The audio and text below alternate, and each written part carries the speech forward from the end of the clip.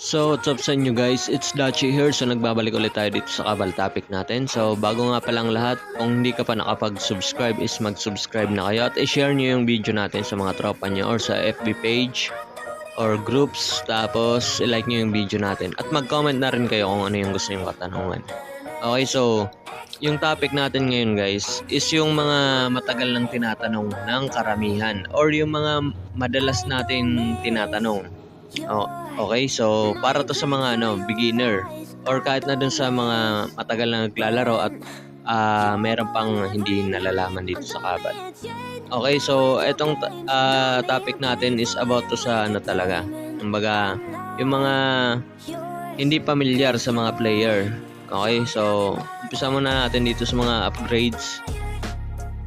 Okay, dito kasi medyo maraming nag-question dito kung para saan ba to. So, itong mga to. Okay? Ayan sa upgrade. So, marami kasi to guys. So, isa-isa na lang natin siguro.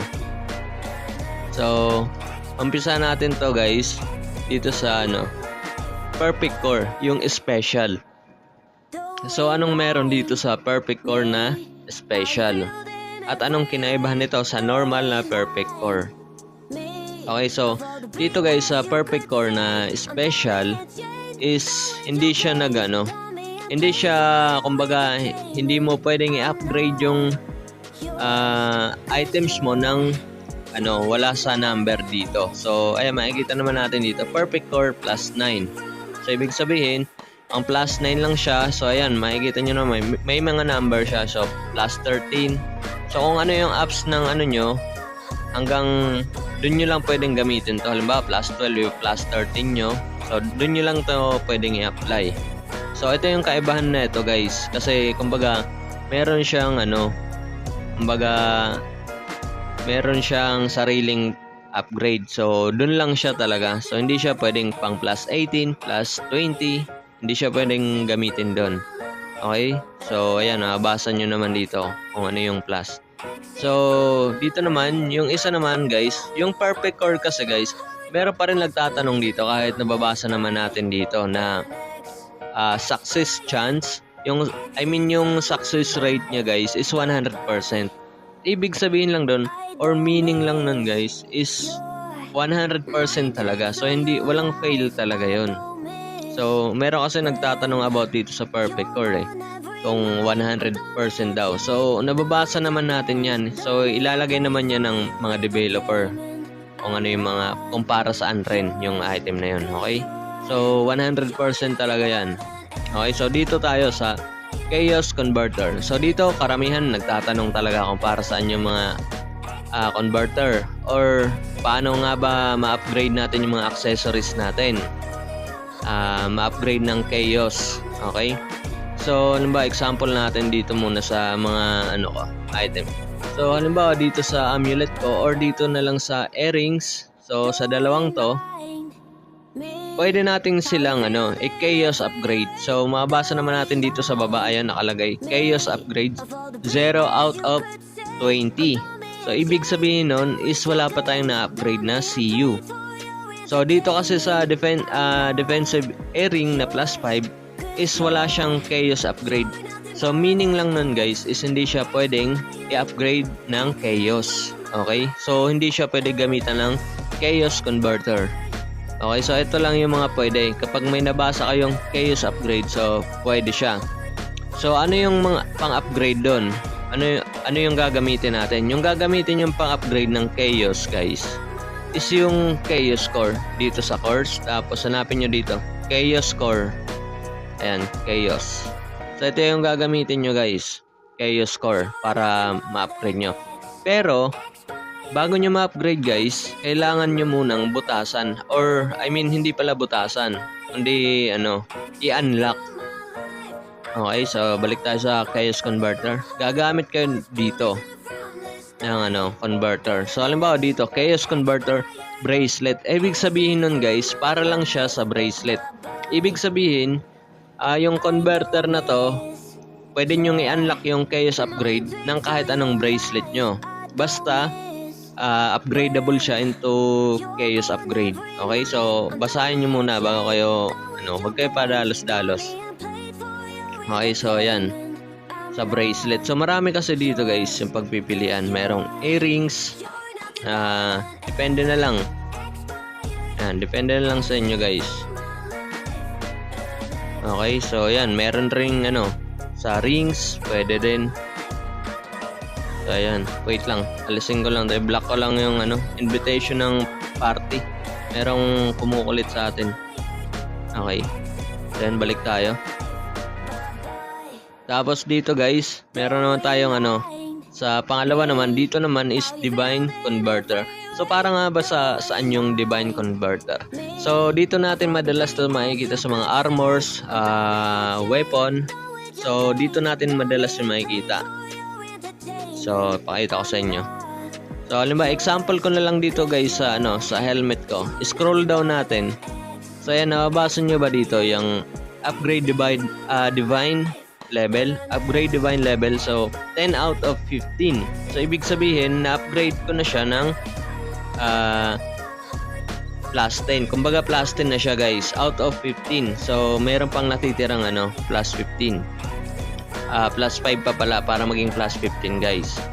So ibig sabihin plus 10 pa lang yun na lalagay ko dito. So ayan yung para dito yan yung Divine Converter, para ma-unlock nyo yung Divine upgrade dun sa mga armors or weapon nyo.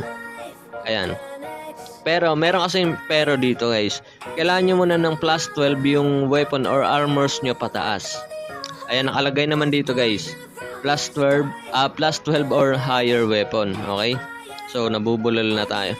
Ayan, so kailangan natin mas mataas, kasi kapag plus 11 lang, hindi nyo pwedeng gamitan ng Divine Converter, yung weapon at saka armors nyo. So mura lang naman to guys, mura lang siya. Pero kapag tandaan nyo lang, kapag nag-upgrade kayo ng Divine upgrade or Chaos upgrade guys, kapag nag-fail yan, so back to zero talaga kayo or mababasag. Kumbaga mawawala na yung converter na nilagay nyo. So gagamit ulit kayo ng converter para ma-upgrade nyo ulit. So ganun lang yun. Okay, so dito naman tayo sa Force Wing Costume Epic Converter. So para saan nga ba yung Epic Converter guys? Para saan yan? So yung Epic guys, yung mga normal stats. Ayan. Halimbawa dito sa weapon ko guys, nakikita nyo yung kulay purple na yan, yung critical damage plus 32%. Ibig sabihin yan, yan yung yan yung epic na stats or kumbaga normal stats. Okay, balikan natin dito. Hanap tayo dito ng para ma-explain ko sa inyo. Kasi hindi nyo talaga to maintindihan kapag walang nagpapaintindi, di ba? Hanap tayo dito ng fatal. So ayan. Itong purple na to guys, yan yung mismong stats ng weapon. Okay, kumbaga yan yung normal. So alisin nyo yung mga slot dyan. So kasi iba-ibang kulay yan eh. Merong kulay blue. Ibig sabihin nun, yung na yun, yung upgradable slot na yun. Kapag purple guys, yan yung mismong stat ng item. So yan, para dyan. Okay, balikan natin yung costume converter. Force Wing pala, Force Wing. Yan. Pwede nyong butasan or lalagyan nyo, lalapatan nyo ng Epic Converter yung nyo, yung wings nyo, para magkaroon siya ng natural na na stats. Okay, so para lang dun. Okay, so merong requirements dito guys. Kailangan ng 2 slot yung force wing nyo or yung wings nyo. Kailangan 2 slotted or 3 slot.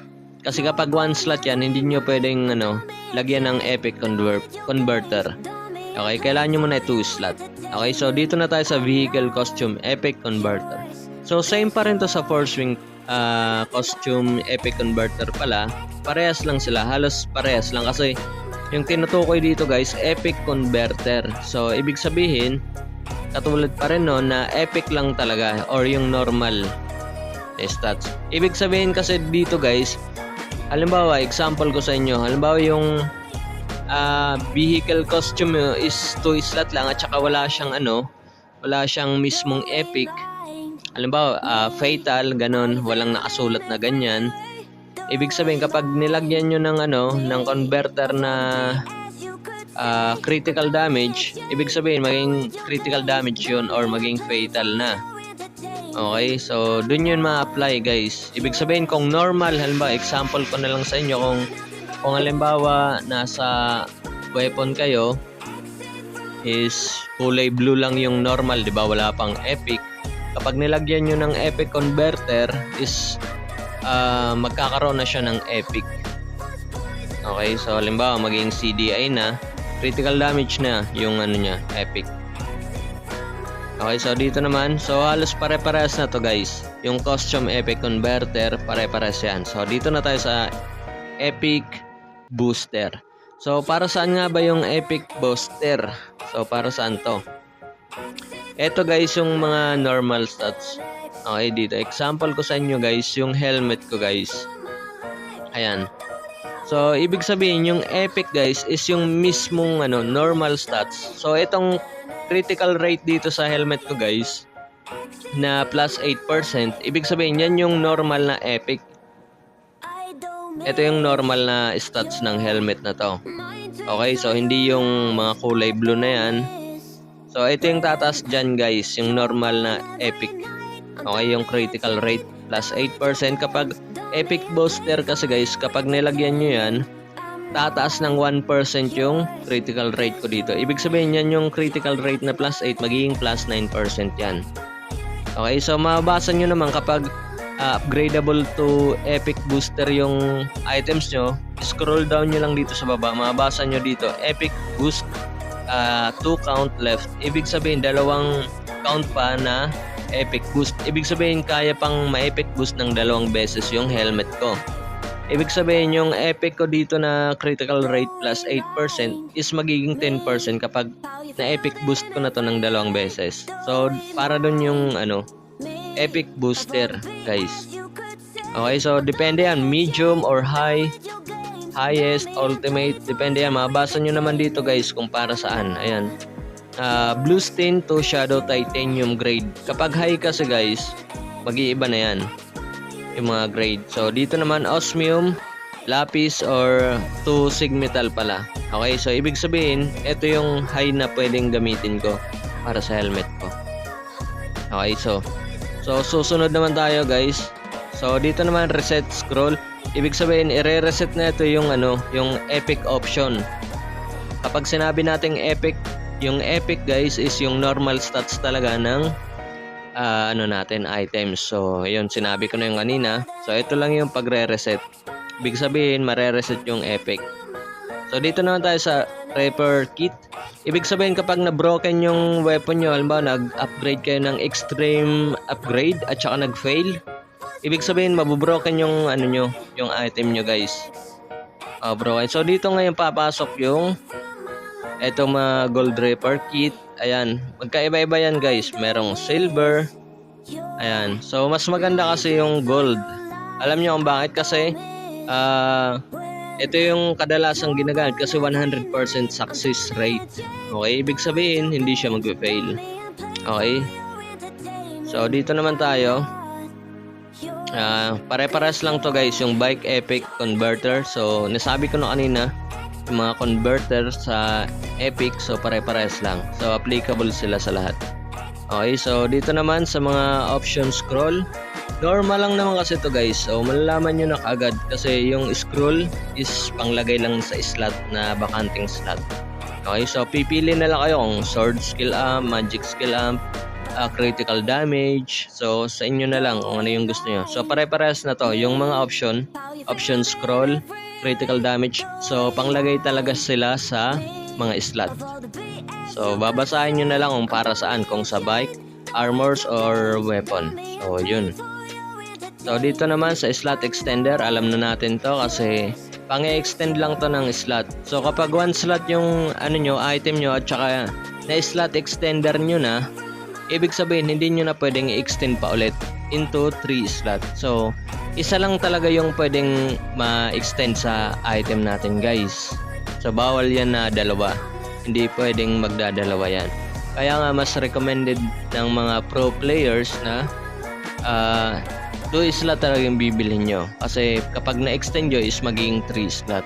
Kasi kapag 1 slot yung item nyo, is kapag na-extend nyo hanggang 2 slot lang siya. So, yun lang. Wala talaga kayong magagawa dyan. Hindi nyo pwedeng ma-3 slot yung 1 slot. Okay? So, isang beses lang pwedeng gamitin. So, dito naman tayo sa Chaos Safeguard. So, para saan yung Safeguard, guys? So, halimbawa kapag nag-upgrade tayo. Kapag nag-upgrade tayo ng Chaos, yung sinabi ko kanina about sa amulet at saka sa bracelet. So, ito yung gagamitin nyo, Chaos Safeguard. So, anong klaseng safeguard? Depende sa ina-upgrade nyo. Halimbawa, nag-upgrade kayo dito ng amulet. So, kanina naman yung topic natin, earrings at saka amulet. Itong dalawa. So, sa amulet tayo. Ayan, ito yung presyo niya, halos 200M.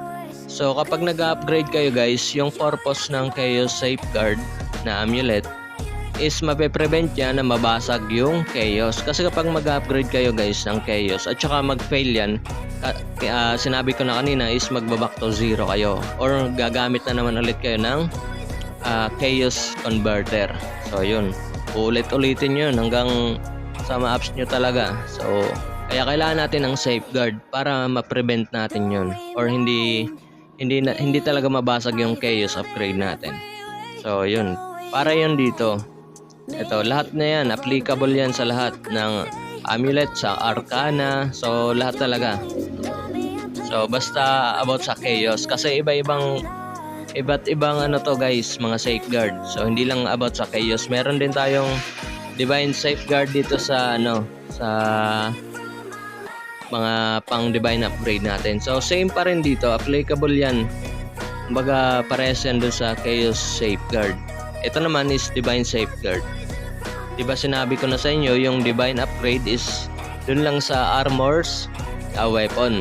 Okay, so dun yun gagamitin guys. Alam ba, nag-ups kayo, nag-upgrade kayo, is pwede nyong gamitin to.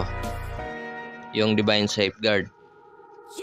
So, kailangan natin plus 7 to plus 14 na yun, nakalagay dito. So, applicable siya plus 7 plus 14. So, dito naman tayo sa sa mga enhanced core. So, yung enhanced kasi guys, or yung core superior, yung purpose na ito guys, is may chances na mag plus 2 yung upgrade natin. Halimbawa, nag-upgrade tayo. Kasi ilalagay natin to etong Chaos Superior. May example ko sa inyo. Hanap tayo dito ng upgrade course. Sample ko sa inyo guys. So ito, dito natin i-applyan yung core superior. So makikita nyo naman dito yung expected result dito sa baba guys, kung nakikita nyo. Possible siya mag plus 1 or plus 2. So randomly yan. Okay? Kumbaga, yung purpose talaga ng superior core is maging dalawa yung upgrade. Halimbawa, plus 10 yung item nyo. Kapag nag-upgrade kayo at pumasok yung dalawang plus, ibig sabihin maging plus 12. So, hindi na kayo dadaan sa plus 11. Kumbaga, shortcut na. So, superior core yung gagamitin nyo kung gusto nyong may possible na chances na mag plus 2. So, saan nga ba mas ginagamit to or saan mas recommended? Recommended to guys na gamitin kapag plus 10 na yung weapon or armors nyo. Dito yon papasok guys, yung superior core. Okay, so yung iba kasi ginagamit to agad. So, hindi kasi ganun guys. So, gagamitin nyo yun sa tamang panahon or tamang timing sa pag-upgrade ng item natin. So, kapag plus 10 na yung weapon at armors nyo, superior core na yung gagamitin nyo para mag-jump into plus 12. Okay? So, ginagamit talaga yun doon.